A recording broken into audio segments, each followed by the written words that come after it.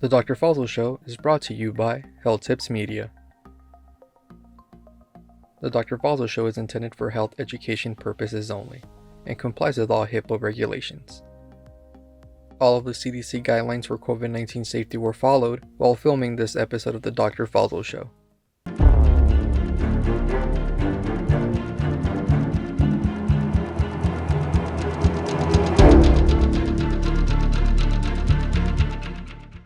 Hello audience and welcome to Dr. Fazil TV show. We are in February 2022. I'm Dr. Fazil. I'm an internal medical specialist as well as nephrologist. I have been in medical practice for more than 15 years. Today the topic of discussion is actually not very pleasant, but is a fact I need to bring up to my audience, to my patients, to their families, that there's a rising epidemic of hospice. And I'm sure most of you have heard of the name hospice. It is also known as palliative care or comfort care. When it started back in the days, the idea of the hospice was if somebody has a terminal condition and the life expectancy is less than 6 months, then you can call in hospice. Your primary care can sign off on the form saying patient has less than 6 months, and every 90 days the primary care have to recertify that patient have still less than 6 months to live, and that's where the hospice come in for mostly for palliative care like pain management and other day-to-day care of the patient. But lately I have seen that that it has been being vastly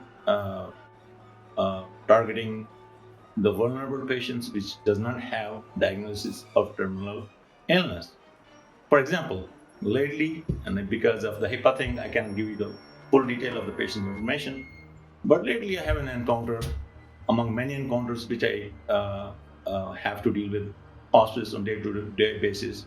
The diagnosis was terminal illness Parkinsonism, which is kind of like a neurological condition. Sometimes people can get it, and where they get tremors in the hands and shuffling gait. That's what the most common side symptoms of Parkinsonism.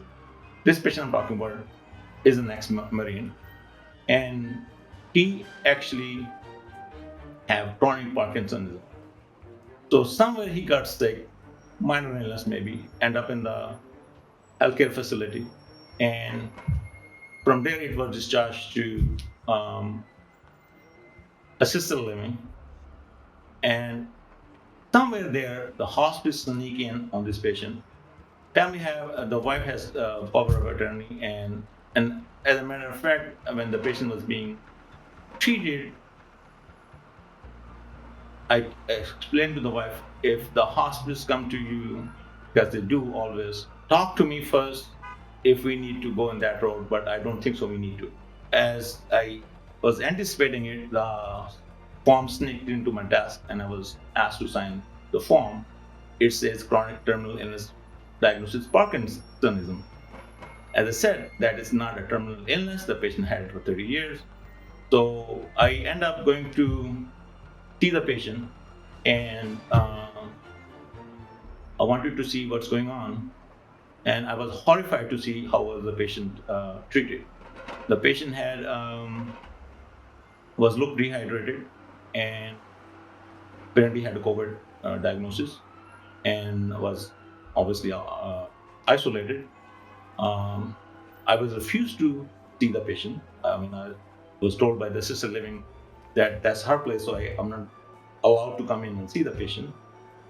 So at that time, I did not have any choice but to call the police, call the sheriff department, and have them come and assist me to see the patient. Long story short, the patient was, I have to call the EMS, transfer the patient to the healthcare facility. Inpatient treatment was started, and so far, patient is been doing okay. Obviously, some dehydration, maybe some minor medication adjustment that was required, but in no way patient was terminal. And this is just one of the examples. It's like tip of the iceberg. And The point I'm trying to make is that this rise of the evil hand of the hospice, and I'm sure in a lot of places it's being used the way it's supposed to be. But we have to be careful. You have to be careful. You have to be careful how your loved ones are being treated in those facilities. And this patient was told that he's going to be better off in the hospice. His medication, his pain is going to be taken care of. And we know that most patients they do not make more than a month once they go in the hospital. That's the whole definition of being in the hospice. Life expectancy due to a terminal condition less than 6 months. And I will assume you will have some kind of, for example, cancer which has been widespread, or illness like that, but not Parkinsonism. So anyway, I rescued the patient. Took me at least 6 hours that day. Have to call a lot of people in the higher places to get it done, but I get it done.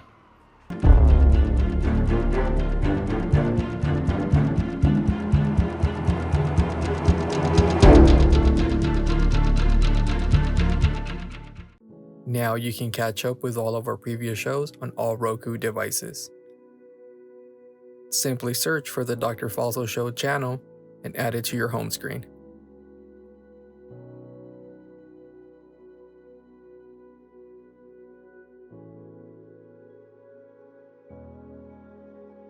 View our videos online by visiting our website at www.drfazilshow.com.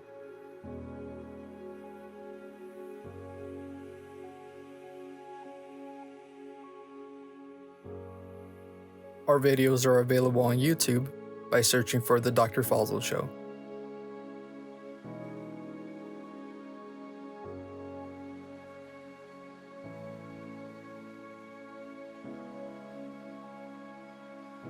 And don't forget to subscribe to our channel.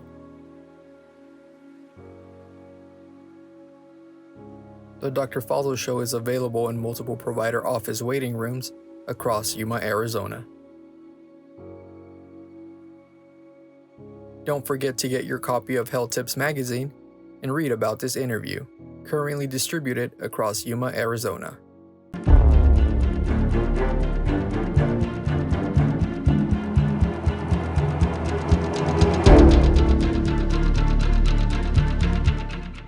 But not all patients have that kind of opportunity or resources, especially when they're sick and the families are exhausted and tired and they're looking for directions. So my message to you guys, to my audience, to my patient is that watch out for those hospices.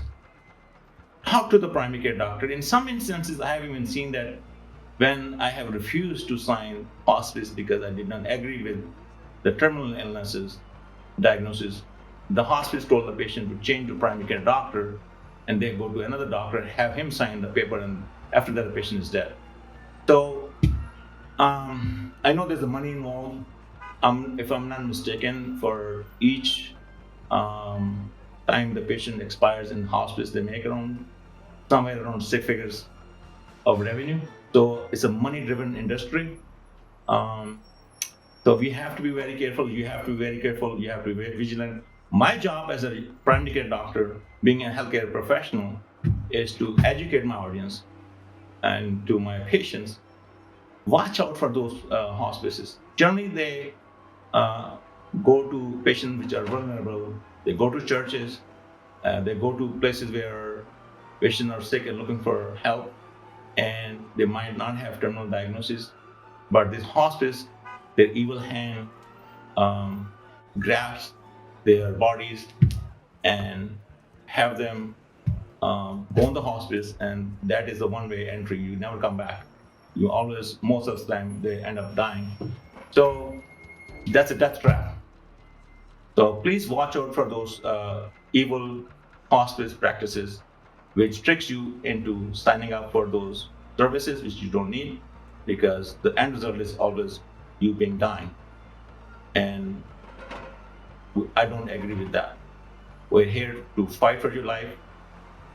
And those kind of hospices, as I said, I'm not generalizing it. I'm sure there's some good one out there too. But last night I was checking online. There's one company which start hospice businesses. They claim that they have started 50,000 hospices in 1 year alone. They were very proud of that. And you don't have to be a doctor to start a hospice business. Non-medical professionals start to run hospice businesses. Obviously, the goal is to make money at the cost of your life, at the cost of your life of your loved ones. Just keep in mind, especially with COVID epidemic going on, it is very easy to find people who are sick, just a little sick, not enough, but they get admitted in the hospice services. What happens is when they go to the hospice, they start them on the morphine drip. On the morphine drip, you would not be able to talk, communicate, look even more sick, and somewhere your breathing stops and you die. They generally don't feed you as well at the same time. So when you're dehydrated and not able to talk and communicate and unconscious, most people, family would agree that maybe that's what it is. But that's kind of like seemed like a chain reaction. So please watch out for those things. Call them as body brokers. That's what they are, the body brokers. If somebody comes to you and they say they're your good friends, knock at your door and ask that they want you to sign up for a hospice because it's good for them, trust me, they are not your friends. Your primary care doctor or your healthcare professional is the best judge of when you need to be in the hospice and not otherwise. So watch out. God bless. God bless you and God bless America. Thank you for watching Dr. Fazil's show. We'll see you next time.